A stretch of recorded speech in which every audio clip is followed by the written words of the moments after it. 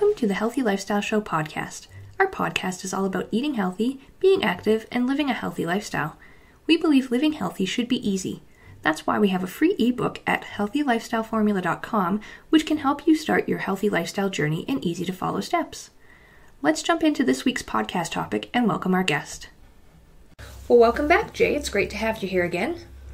Thank you, Chris, for having me over here. I appreciate it. And I want to say hello to everybody. Yes. Hello. And what are we talking about today?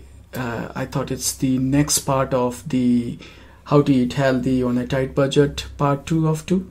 Yes, I think that's what we've got down for today. Absolutely. Okay, all right.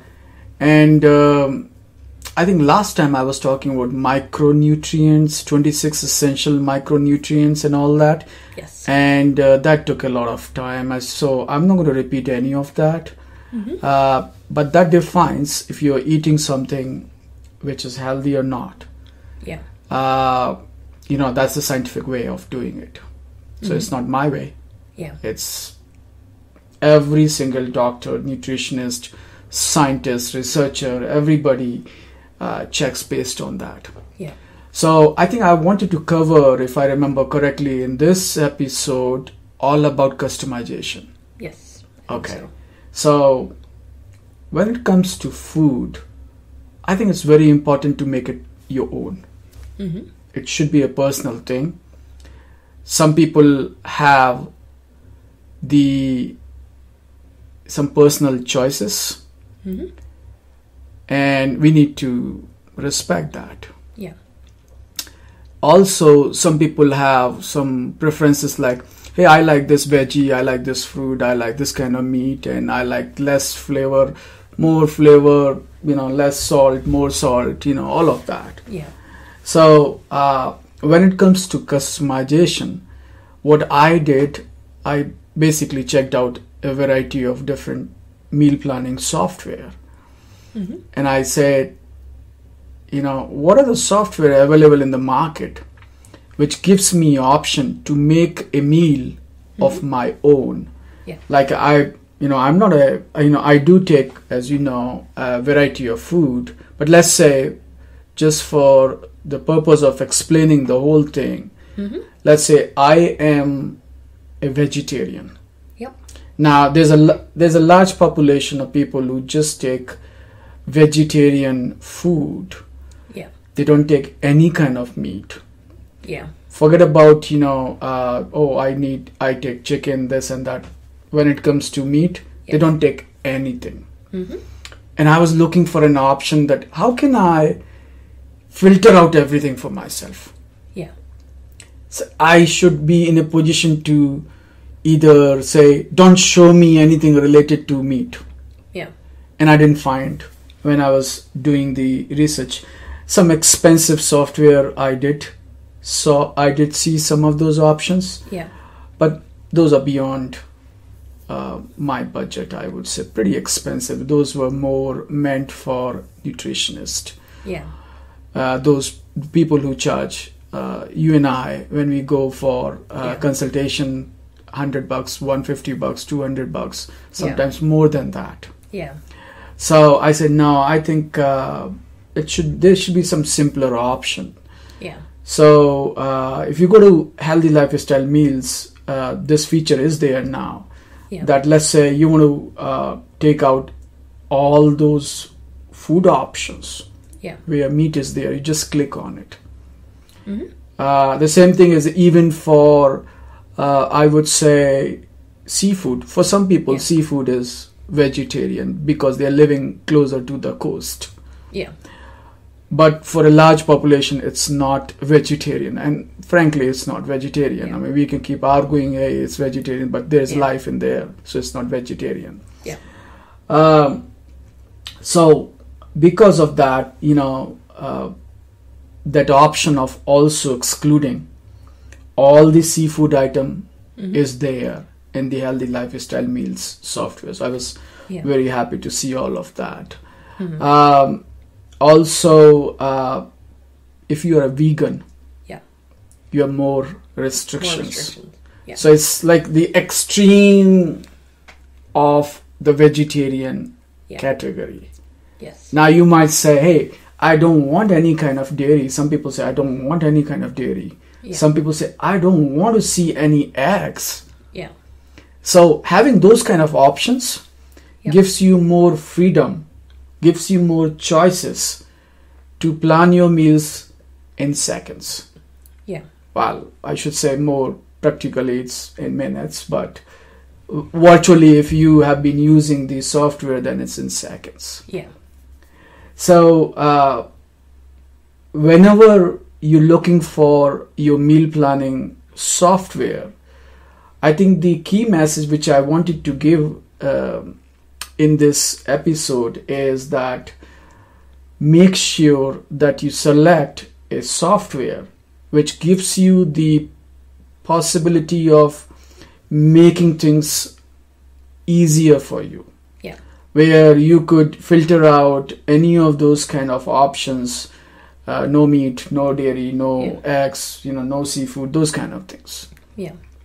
Now there's another major category I was looking for, which can be tough for a majority of the software. I don't see that being offered by, I would say, 90% of the software, where you've seen some of those special diet where they say, hey, it should be low carb, high protein, and low calorie or medium calories.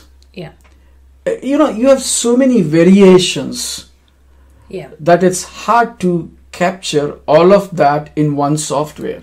It is. And if you're doing it yourself, it takes an awful lot of work. It's like, forever. And that's the reason why most of the people say, hey, give me something which I can do. Yeah. Because I don't have time to do it for weeks or, months. Yeah. Because some of this can be so tedious. Yeah. That it becomes almost like, hey, I want to do what I can, but, sometimes you may not be doing what's right. Yeah. That's another problem. Yeah. And a majority of the software never tells you whether is what you're planning is healthy or not. Yeah. They just give you the low calorie option or the low carb option. Yeah. At the end, you still have to balance your food.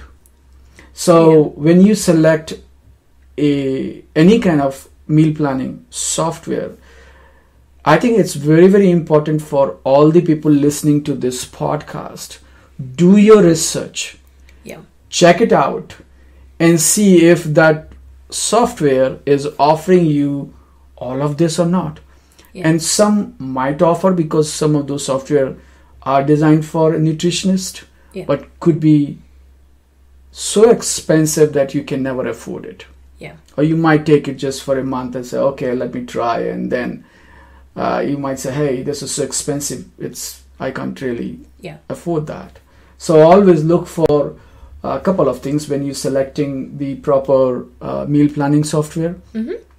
Number one, customization. Okay. Can you customize? Can you make it your own? Yeah. Can you remove all those food options which you don't want?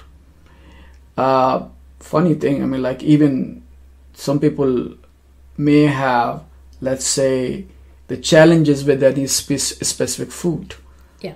I don't know what kind of food you don't like, any special veggie or any special fruit. I don't particularly like seafood, but I have a friend who's got celiac, so she can't do gluten in any of its forms. Right. So you're looking for gluten-free. Yeah. So you want to see the option. Say, hey, anything related wheat or anything related, all of that where the gluten is there.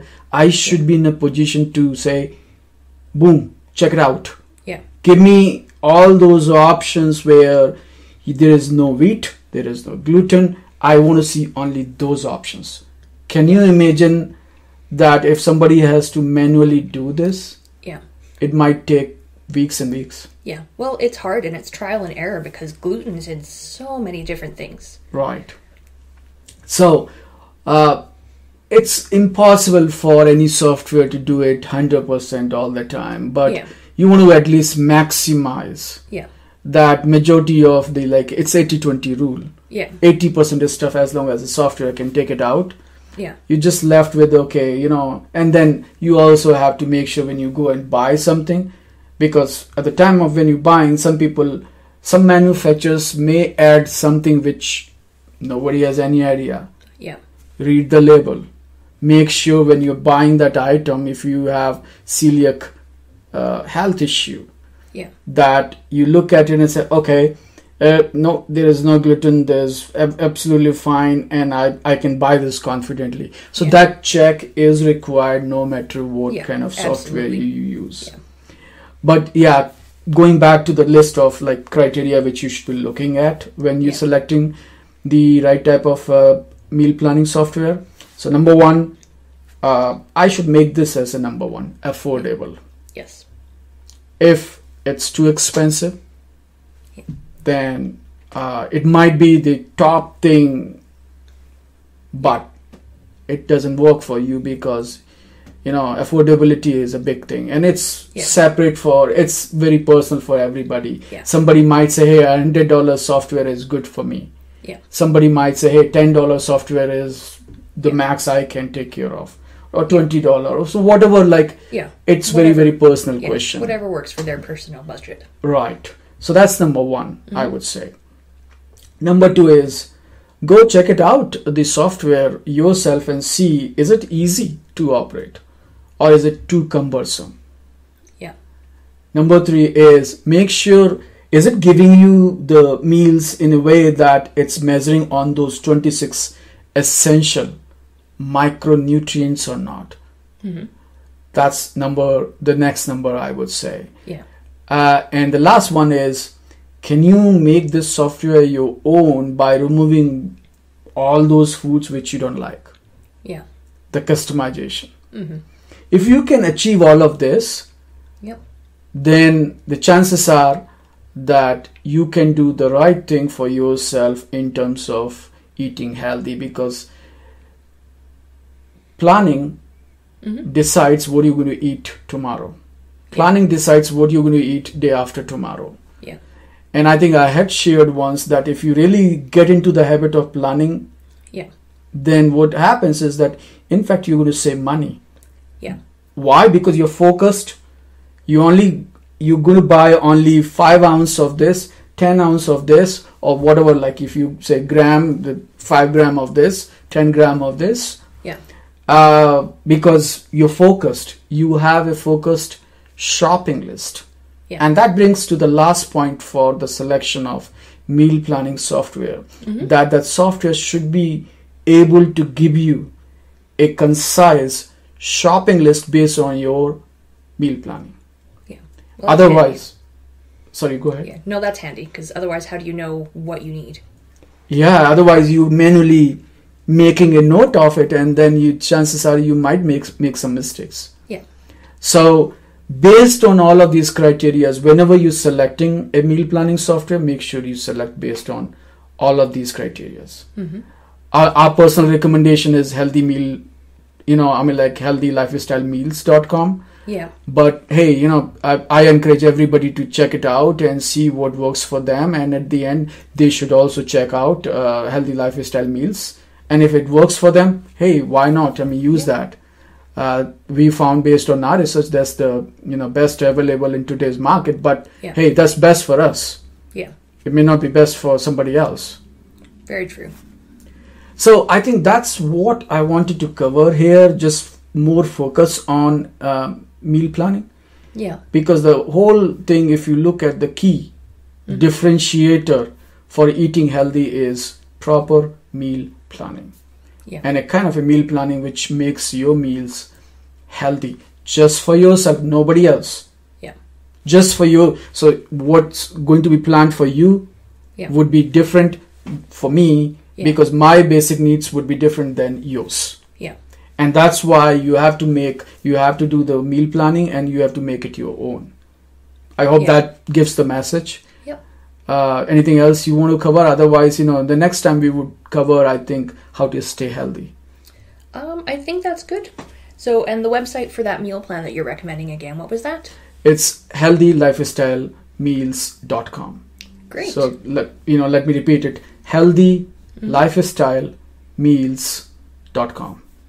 Excellent. Okay. We'll be sure to check that out.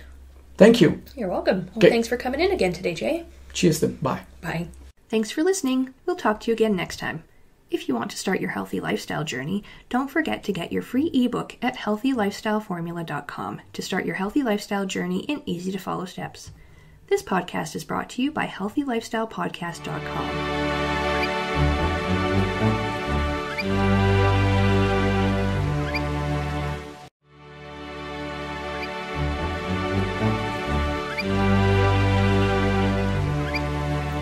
Welcome to the Healthy Lifestyle Show podcast. Our podcast is all about